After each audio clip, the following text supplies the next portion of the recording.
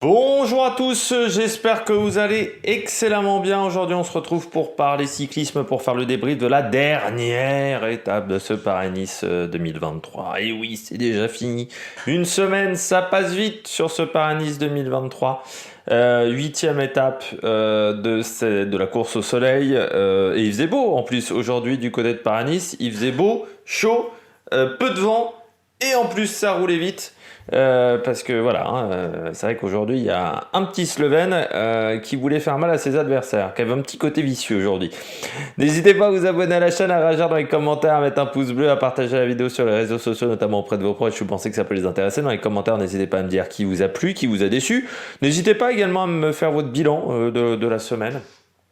N'hésitez pas également quand vous vous abonnez à la chaîne à rajouter la petite cloche, comme ça vous êtes au courant des dernières vidéos qui sortent sur la chaîne, notamment les vidéos cyclistes. Si vous voulez soutenir la chaîne et si vous le pouvez, vous pouvez mettre un super thank. Je remercie les gens qui l'ont fait. N'hésitez pas également quand vous vous abonnez à la chaîne à aller voir EPS 2.0, ça c'est sur Spotify, TikTok également.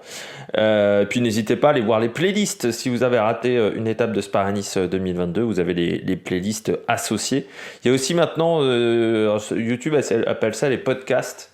C'est une playlist, enfin de ce que j'ai compris, c'est une playlist Paris-Nice 2023 et la première est dans ce cas-là, parce qu'avant ça n'existait pas.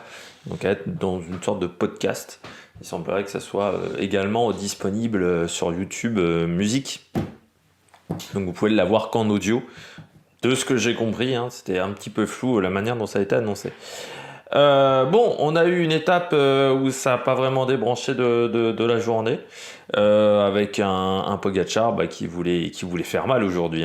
Ça c'est clair et net. Je pense que hier il était un peu mécontent de ses jambes, je pense. Parce que t'as beau dire, mais il s'attendait pas à voir Gaudu aussi fort, mais peut-être aussi parce que c'était lui qui était un petit peu en dessous. Et je pense qu'il avait envie de se tester, il avait envie de montrer à tout le monde que il est le vainqueur de ce Paris-Nice et qu'il a dominé la concurrence. Voilà, il avait envie de le montrer aujourd'hui, il avait envie de montrer à ses adversaires que les cocos, il va y avoir aucune chance pour vous sur le prochain Tour de France. Alors bien entendu, je dis toujours, la vérité du mois de mars n'est pas la vérité du mois de juillet. Déjà, la vérité du mois de juin n'est pas souvent la vérité du mois de juillet. On le sait très bien que Pogacar, il peut se passer beaucoup de choses d'ici juillet. Mais quand même, là aujourd'hui, il a fait mal à ses adversaires. Parce que sur une étape vallonnée, ils savent que il sera quand même difficilement battable, j'ai l'impression cette année. Pogacar, qu'il a vraiment travaillé son punch, vraiment fait un grand travail là-dessus. Peut-être au détriment des longues montées. Ça faudra le voir sur d'autres difficultés un peu plus longues, mais c'est vrai que cette année, sur les montées très courtes, il a été très très très très fort. Il faut aussi dire que les équipes qu'on a eues là ne seront pas les mêmes en juillet, notamment pour Vingegaard, qui avait une équipe qui était très faible en montagne. Pogacar aussi aura d'autres éléments. Mais aujourd'hui, Pogacar, il voulait dire aux adversaires, voilà, j'ai gagné Paris-Nice avec 1 minute d'avance sur tout le monde. Et c'est quasiment ça, parce qu'au final, Gaudu, il est à minute... à 53 secondes, c'est le seul qui a moins d'une minute. Et Vingegaard est quand même à 1,40. Vingegaard, ce soir, il doit se dire... J'ai quand même pris cher sur la semaine. Ça fait un peu mal. Voilà pour le coureur danois. Sinon, l'étape, elle a été très rapide. Je voulais regarder la moyenne. 41,5 de moyenne. Donc c'est très rapide, vu qu'il y avait quand même 2500 mètres de dénivelé positif, avec des pourcentages. Donc ça a vraiment pas débranché de la journée sur cette étape, vraiment ça. Et ce qui a permis également à Pogacar d'éviter les attaques de ses adversaires, parce qu'au final Gaudu il a jamais eu l'opportunité d'attaquer, vu comment ça roulait fort. On regarde tout de suite les coureurs au top. Attaque de Marlou! Oui, pas de bilan des bleus aujourd'hui, parce que j'ai pas beaucoup de bleus dont je vais parler, donc on va faire plutôt les coureurs au top. Ça permettra d'avoir une vidéo peut-être un petit peu plus courte, quoique ça dépend avec moi. Pogacar, bien entendu, Pogacar, il a montré qui était le patron aujourd'hui, c'était l'objectif, il a réussi son objectif.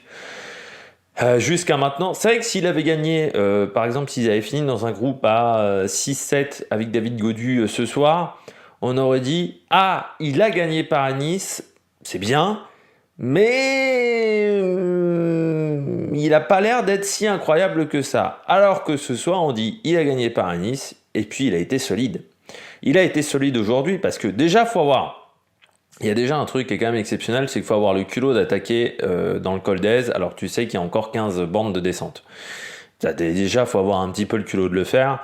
Il faut avoir le culot également de dire on va rouler fort pendant toute la journée à ses équipiers, parce qu'il y en a peut-être certains qui avaient les jambes lourdes ce matin, au départ certainement. Et on va contrôler toute la journée pour éviter les attaques des adversaires, et on va tenter de faire mal aux adversaires. Ils ont montré quand même Pogačar a montré quand même une grande force aujourd'hui, parce que il a besoin que d'une accélération et ensuite il part et personne ne peut le suivre. Hein. Grosso modo, ça a été ça. Hein. Il part dans le passage le plus difficile et personne n'a été en mesure de suivre. Alors il y a des questions qui se poseront. Est-ce que hier il était vraiment cramasse? Moi, je pense qu'il y a un moment, il était pas bien dans la montée hier. Je me fie pas au geste qu'il a fait à l'arrivée, Pogačar. Je sais que Pogačar, voilà, je me fie plus au geste de Pogačar depuis le col du Granon l'année dernière. Je me fie plus au geste de Pogačar. Mais c'était son attitude, sa manière de faire, le fait de ne pas prendre de relais, alors qu'il aurait fallu quand même creuser un petit peu sur Vingegaard dès hier, enfin, ça aurait été bien. Mais voilà, il y avait plusieurs signes qui me disaient qu'il n'était pas incroyable à un moment de la course. Donc je pense qu'il avait besoin aussi de se rassurer un petit peu. Pas qu'il était non plus forcément hyper inquiet, mais d'être sûr de sa condition physique. Et aujourd'hui, ça a été un vrai test pour lui, il l'a passé ce test. Et il a fait mal à la fois aux coureurs comme Gaudu, Vingegaard qui seront face à lui au prochain Tour de France, mais il a fait peur également, ça je suis sûr, aux coureurs qui seront sur Milan-San Remo. Parce que forcément, ça va être vu la semaine avant Milan-San Remo. Tout le monde sait qu'il faudra faire attention. Il faudra faire attention dès les capis. Je pense que Pogačar, s'il se contente du Poggio, il ne fera pas suffisamment la différence. Le Poggio, c'est dur, mais ce n'est pas assez long pour faire la différence. Par contre, vous avez des montées auparavant. UAE sera obligé de se servir des capis, sera obligé de faire mal avant la montée finale. On sait que ces dernières années, au capi, ça roule déjà fort. Il faudra rouler très fort au niveau des capis et déjà écrémer, fatiguer les sprinteurs. Ça sera le travail pour que Pogačar puisse gagner, parce que Pogačar, s'il est avec 10 secondes d'avance en haut du Poggio, le problème c'est que derrière, après, vous avez des Pedersen, des coureurs qui sont capables de revenir, vous avez Mohoric, et c'est des coureurs qui sont plus rapides que lui en cas de sprint sur le plat. Voilà, donc il faut bien l'avoir en tête, il sera obligé de faire la différence auparavant. Mais là, il a montré à tout le monde qu'il faudra se méfier de lui sur Milan-San Remo. C'est clair et net, je rappelle, Milan-San Remo, c'est samedi prochain, on continue avec David Gaudu. Et puis, il faut saluer le travail de Tim Wellens. Tim Wellens, aujourd'hui, il a fait un sacré travail. Je me demande même si on n'a pas fait quand même, on a fait quand même de la gestion d'équipe chez UAE, parce que hier, on les a pas vus, UAE. Tim Wellens, il disparaît très très vite de l'étape. Et là, Tim Wellens, il nous fait 35-40 km en tête de peloton sur un super rythme. Je dis qu'on a fait un peu de l'intox également hier, je pense, chez UAE. Parce qu'aujourd'hui, chez UAE, c'était beaucoup plus intéressant en termes de collectif. Du côté de David Gaudu, belle semaine pour David Gaudu. Il peut pas avoir de regret aujourd'hui, il y avait plus fort que lui. Le seul regret qu'il peut avoir, c'est quand même... Je me dis que Gaudu, il y a encore du travail à faire, notamment sur la gestion de la communication. Tu ne dis pas où tu vas attaquer en interview. Il a dit en interview, on va attaquer à tel endroit, donc était la côte de Paye. Tu dis pas que tu vas accélérer à la côte de Paye, sinon tout le monde s'y attend. Tu dis pas où tu accélères. Donc j'ai été assez surpris par ça de la part de David Gaudu, qui disent tiens, à ce moment-là, je vais accélérer les rythmes. J'ai décidé d'accélérer les rythmes à ce moment-là de la course. Je me dis c'est bizarre. Tu sais que les interviews, tout le monde scrute un petit peu ce qui se passe, tout le monde regarde un petit peu ce qui se passe. Et donc j'étais assez surpris de ça. Après sur l'étape. il pouvait pas le faire. Voilà, tout simplement, il est tombé sur un coureur qui était beaucoup trop fort. C'est-à-dire que son adversaire était beaucoup trop fort aujourd'hui. Voilà, il se fait battre par un coureur qui était meilleur. Sur un terrain également, pour moi, où Pogačar est meilleur. C'est-à-dire que Gaudu, c'est un bon grimpeur. Il a des qualités un petit peu de puncher, mais c'est pas un véritable puncher. Alors oui, il a fait 3e à Liège-Bastogne-Liège, mais Liège-Bastogne-Liège, ça correspond également au grimpeur. Hein. Vlasov a été très bon sur Liège-Bastogne-Liège. Enfin voilà, quand vous avez quasiment 4000 mètres de dénivelé positif sur Liège-Bastogne-Liège, c'est un dénivelé positif d'étape de montagne, quasiment. Donc ça convient toujours aux grimpeurs Liège, dû à la difficulté du parcours. Par contre, là aujourd'hui, c'était vraiment très nerveux et puis il fallait avoir un bon rythme cardiaque. Il part à un endroit qui est très pentu où Gaudu il peut pas réagir à ce moment-là de la course. Gaudu est pas non plus au top de sa condition physique pour le moment. Ça c'est clair et net. On est qu'au mois de mars et peut-être que au mois de juin il arriverait à récupérer cette situation-là, mais au mois de mars c'est pas possible. J'ai adoré en parlant de David Gaudu. J'adore parce que il y a quand même des gens qui sont assez extraordinaires en France. Et parfois dans les commentaires aussi. Donc déjà on m'a dit sur Pogačar, ah c'est fou les Français quand vous parlez de Pogačar, c'est soit il est dopé, soit il est pas dopé, il est mauvais. Non, hier j'ai juste fait part d'un constat. J'avais aussi fait part d'un autre constat à un autre moment. Déjà je crois que j'ai jamais dit Pogačar dopé. Je peux juste dire que dans son équipe, les dirigeants ont dirigé Saunier Duval. Qu'à Saunier Duval, il y a eu du dopage organisé, ça tout le monde le sait. Après, ils ont peut-être changé. Qu'Alain Lampré aussi, qui est l'ancêtre de UAE, il y a eu du dopage, ça s'est avéré également. Après, les gens qui étaient à Alain Lampré et les gens qui sont chez UAE, il y en a quand même quelques-uns qui ont été jartés dans cette formation aussi. Mais moi, j'ai pas les preuves qu'il est dopé, donc je pense que j'ai jamais dû dire Pogačar dopé. Mais par contre, ce qui me fait marrer, c'est que David Gaudu, comme il est français, il ne peut pas être dopé par contre, David Gaudu. Ça c'est extraordinaire, c'est un truc très français. Il y a du dopage également, faut pas croire. Si Pogačar il pouvait se doper, en France on peut se doper également de manière individuelle. Je vois pas pourquoi en France on pourrait pas se doper et en Slovénie on pourrait se doper. Voilà, on peut se doper également en France et j'ai adoré notamment il y a un tweet d'Antoine Voyer. Faut savoir que moi je suis pas bloqué par Antoine Voyer parce que je lui ai jamais répondu, donc je vois toujours ses tweets. C'est toujours très drôle. Là hier il a dit ah là là David Gaudu donc ils font 2 minutes de moins en temps de montée que je sais plus que la première fois sur Paris-Nice où il y avait eu la couillole. Alors bien entendu ça ne prend en aucun compte, on ne prend pas en compte l'étape. C'est-à-dire que l'étape était peut-être plus difficile en 2017 que cette année. J'ai plus souvenir du profil de l'étape de 2017. On ne prend pas en compte les conditions climatiques, non. Alors si, il prend en compte les conditions climatiques, s'il dit cette grande phrase. Ils sont montés moins vite, alors que pourtant il y avait vent d'eau. Oui, alors il y avait peut-être vent d'eau pendant quelques kilomètres, mais sur les 4 derniers kilomètres, c'était vent de face. Donc voilà. On compare à ce qui n'est pas comparable, mais bon, c'est du Antoine Voyer, pur jus, et bien entendu, Gaudu ne peut pas être dopé parce qu'il est français. Non, il a autant de chances d'être dopé que n'importe quel autre coureur. Bon, peut-être un peu moins de chances d'être dopé que les Colombiens, parce qu'aujourd'hui, c'est sûr qu'en Colombie, en ce moment, ou qu'un coureur de demi-fond kényan en athlétisme. Mais après, il a autant de chances d'être dopé que Pogačar ou que d'autres. Faut arrêter de croire ce truc-là, mais je sais pas, il y a des visions parfois. De toute manière, je commence parce que j'adore des tweets qui commencent par « A comme tous les Français ». Alors tu sens que là, c'est « A comme tous les Français, A comme tous les Belges ». Tu sens que ça va être une généralité, tu sens que derrière, il va y avoir une connerie. On termine avec David Gaudu. Bonne semaine pour le français. Par contre, faut pas qu'il se mette non plus trop la pression, David Gaudu, sur les prochains jours de course, parce que le Tour, c'est encore dans longtemps. Faut pas non plus qu'il se mette trop la pression, le coureur français, ensuite. Vous entendez peut-être un bruit de fond, mais c'est parce que mon TikTok a uploadé, donc il tourne en fond.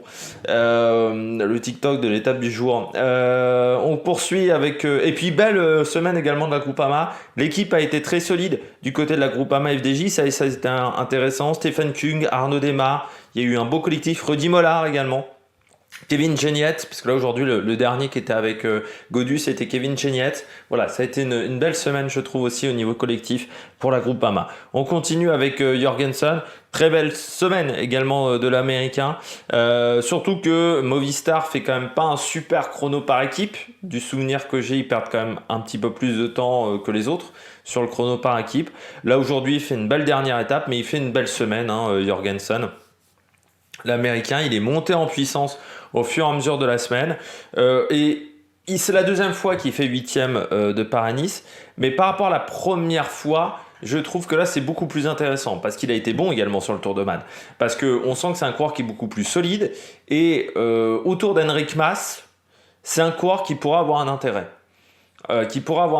Parce que c'est vrai qu'autour d'Henrik Mas, pour le moment, je pense qu'il y a des places à prendre. Sur l'équipe Tour de France, que Jorgensen il peut également aller sur un Giro parce que je rappelle que Movistar a aussi besoin de points et ils peuvent pas faire comme l'année dernière, c'est-à-dire attendre mi-juin avant de scorer des gros points. Il faut qu'ils scorent maintenant beaucoup plus régulièrement et que Jorgensen il est capable de faire top 15 sur un grand tour très facilement, et top 15 ça fait quand même quelques points au niveau UCI. Et du côté de Matteo Jorgensen, je trouve qu'il est beaucoup plus mature. C'est un coureur qui est encore jeune, il a 23 ou 24 ans, Jorgensen, mais je trouve qu'il est plus mature, il a appris de la caisse, comme on dit un petit peu dans le jargon cycliste. Voilà, il est beaucoup plus performant, je trouve, beaucoup plus intelligent dans sa manière de courir. Là, tu vois, il a fait le job, il a tenté de renverser le classement général. Ça montre aussi qu'il avait beaucoup de fraîcheur pour un dernier jour de course où il y a quand même eu un petit peu d'animation, même s'il y a eu un jour de repos supplémentaire. Ça a quand même été une course où ça a roulé quand même un bon petit tempo, et il a bien récupéré, et encore une fois il finit 8e du classement général, alors qu'il perd quand même pas mal de temps par rapport à certains de ses adversaires sur le chrono par équipe, et ça il faut en tenir compte. Et puis je termine avec Simon Yates. Là aussi belle semaine de la part de Simon Yates, beau week-end surtout de la part de Simon Yates. Il est monté en puissance au fur et à mesure de la semaine. Lui il a fait un bon chrono par équipe avec sa formation. Et puis surtout, il y a eu une belle évolution. Je trouve que sur le chrono par équipe, il n'était pas sensationnel. Sur l'étape de mercredi, il n'était pas encore si dingue que ça. Par contre, je trouve qu'il a fini très fort samedi, et là encore aujourd'hui. Il a tenté, bon ça n'a pas marché, il a tenté d'anticiper, ça n'a pas marché. Pogacar ne voulait pas le laisser partir aujourd'hui, mais il fait quand même 4e du général. Pas très loin de Vingegaard au final en termes d'écart de temps. Donc ça, c'est très intéressant pour le coureur anglais. Les bonnets d'âne, il y en a un, c'est pour la semaine, et les deux autres, c'est pour l'étape du jour. La Tour, compliqué aujourd'hui la Tour, Pierre Latour. C'est dommage, encore une fois. C'est un peu le résumé d'hier.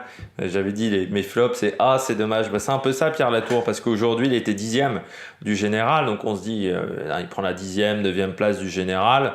C'est une étape en plus qui peut lui convenir, tu vois, un petit peu punchy, c'est plutôt dans ses qualités de ces derniers temps, sauf que il y a les descentes, et là aujourd'hui les descentes étaient techniques, et que en plus ça a roulé vite du côté de chez UAE, et à un moment UAE a accéléré dans une descente, ils ont vraiment morcelé le peloton, et lui à ce moment-là il se fait lâcher. Pierre Latour, c'est dommage parce que encore une fois il était 10e du général, et ce soir il termine 14e à 10 minutes, et c'est surtout dommageable, c'est qu'il finit qu'à 2 secondes de Kobe Gusson au général, et 2 secondes ça coûte 10 points au niveau UCI, et une 10e place c'était 85 points, et lui il en prend 40. Ça aussi c'est dommageable parce que c'est des points UCI qui s'envolent.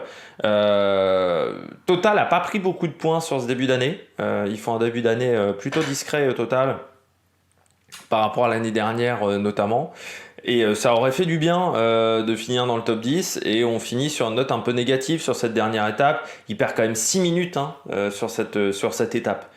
Pierre Latour, il perd vraiment beaucoup de temps avec les descentes, et on pensait que ça avait été réglé, et il semblerait que non, à certaines vitesses c'est pas réglé.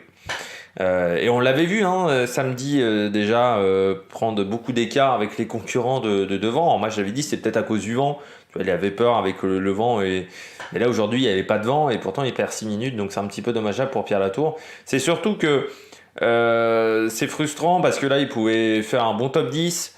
C'est un coureur qui est qui a un énorme potentiel, Pierre Latour, mais on a l'impression qu'il a jamais réussi vraiment à le convertir entièrement. C'est-à-dire que quand même un mec qui a remporté une étape de la Vuelta en étant très très jeune, face à Uran, je crois me rappeler, en plus il remporte l'étape de la Vuelta, dans une montée très très difficile, mais on a l'impression que tout ce qu'on avait vu dans ses premières années, où il était bon sur le chrono, où tout ça c'est dissipé et aujourd'hui, je dirais pas que c'est un coureur normal, parce que ça reste un très bon coureur, mais que ça aurait pu être un super coureur et que c'est juste un bon coureur. Bah, c'est déjà bien d'être un bon coureur, mais que on se dit, ah, ça aurait pu être mieux. Ah, il en manque un petit peu. Ah, c'est triste. C'est pour ça que c'est frustrant, Pierre Latour, très souvent, et là encore aujourd'hui, parce qu'il finit, et en plus, il aurait pu remonter au classement, mais il remonte pas au classement, quoi, parce que pas de peau, enfin voilà, pas de peau, quoi, les descentes, et d'une 10e place, tu prends une 14e, et une 14e sur Paris-Nice, bah, c'est moins intéressant, quoi. Martinez, bon bah lui il a été discret pendant toute la semaine, mais c'est vrai qu'aujourd'hui on aurait pu se dire, tiens, il est un peu loin en général, c'est aussi un type de parcours un peu punchy, il a des qualités un peu là-dedans quand même, Daniel Felipe Martinez. Et puis bah, il est lâché dès le pied du col d'Aise et il finit 18e à 2,49 dans le groupe de la Cruz, Genietz, Krag Anderson. Et normalement, Martinez, il doit pas finir avec ces mecs-là.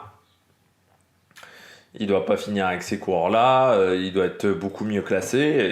Et bon, c'est un Paris-Nice qui a été compliqué pour un mec qui a quand même remporté le Tour de l'Algarve en plus. C'est ça qui est un peu surprenant, c'est que mi-février, remporte le Tour de l'Algarve. C'est vrai que j'avais oublié ça. Mais c'est vrai qu'il remporte le Tour de l'Algarve sans briller non plus, parce qu'il fait 6e à l'Alto des Malao, 4e du chrono. C'est pas non plus... Enfin voilà, cette année, le Tour de l'Algarve, je crois qu'on en avait parlé quand j'ai fait le débrief de la course, j'avais dit c'est quand même une course qui est dure à analyser. Deuxième du championnat de Colombie, cinquième du contre-la-montre, 25e du Tour de San Juan. Ça déjà c'était pas top, où il avait jamais été dans le coup, mais c'était une course de reprise. Et puis là, bon, il est 8e à la Loge des Gardes, mais il est quand même en grande difficulté après les 2 premiers kilomètres, c'est-à-dire qu'il est très très bien placé et ensuite il redescend dans la hiérarchie au fur et à mesure. Et puis 36e au col de la Couillole, 18e à Nice. Enfin voilà, c'est un coureur dont on attend plus, dont on attend mieux.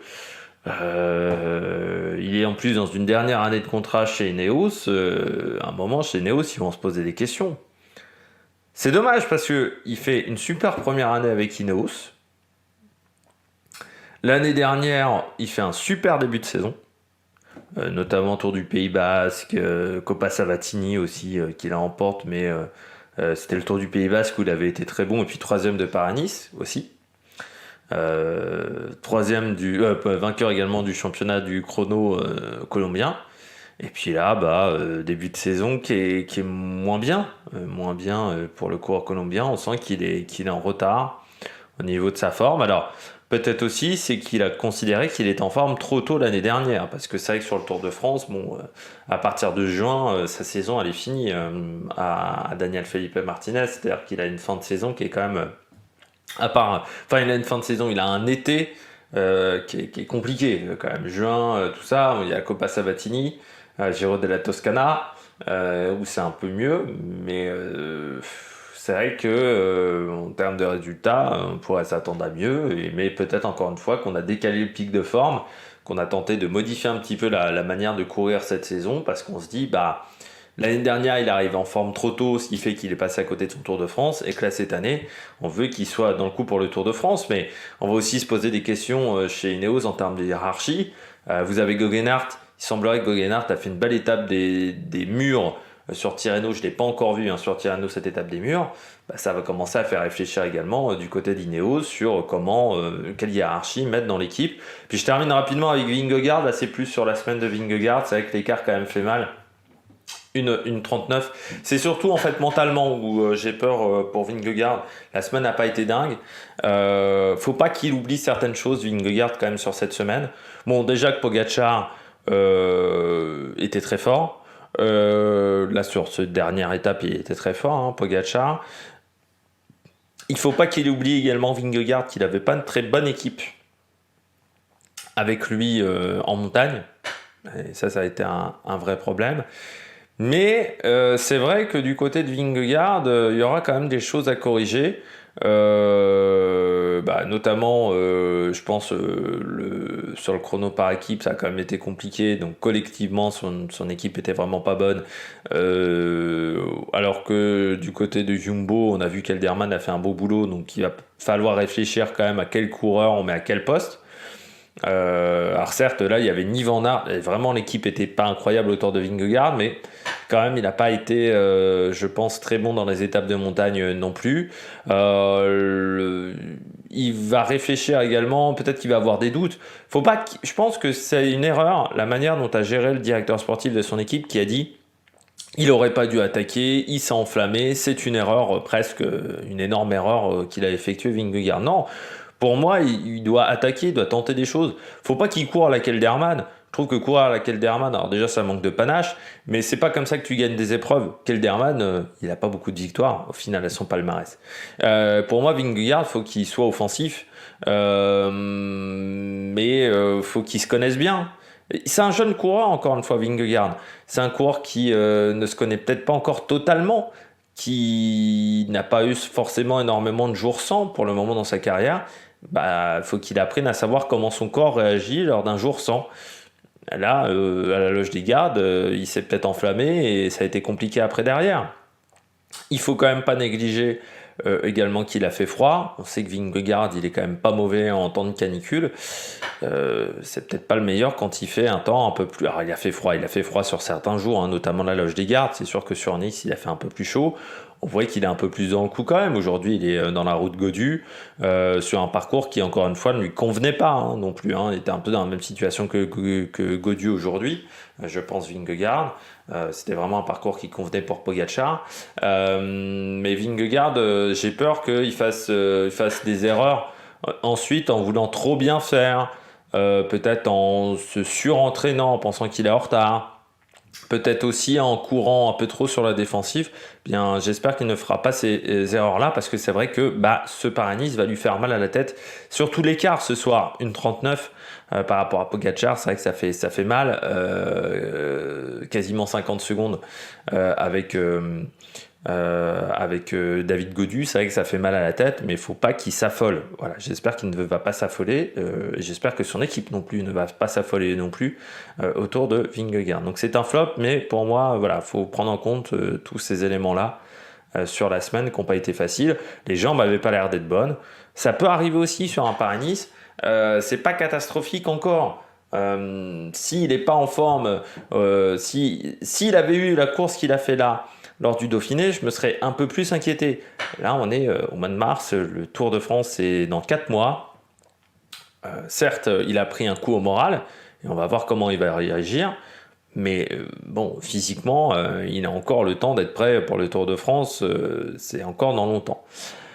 Bon, nous, on se retrouve. Il y aura un Euro-Corse cette semaine Milan-Turin. Je pense que je ferai ces courses-là. Bien entendu, Milan-San Remo, fin de semaine, il y aura une présentation. On parlera également tournoi destination. Je pense qu'on va caler également un piste verte. On n'en a pas fait depuis quelques temps. Un épisode du maintien également. Peut-être qu'on aura le temps au bout d'un moment également de faire un départ fictif. Mais ça, je vous le dirai un peu plus tard dans la semaine. Et puis Tirreno-Adriatico également. Hein, débrief de Tirreno-Adriatico. Demain ou mardi, il y aura plusieurs vidéos sur la chaîne dans les jours à venir. On se retrouve pour de nouvelles aventures. N'hésitez pas à vous abonner, à réagir dans les commentaires. Ciao, ciao, c'est la Production.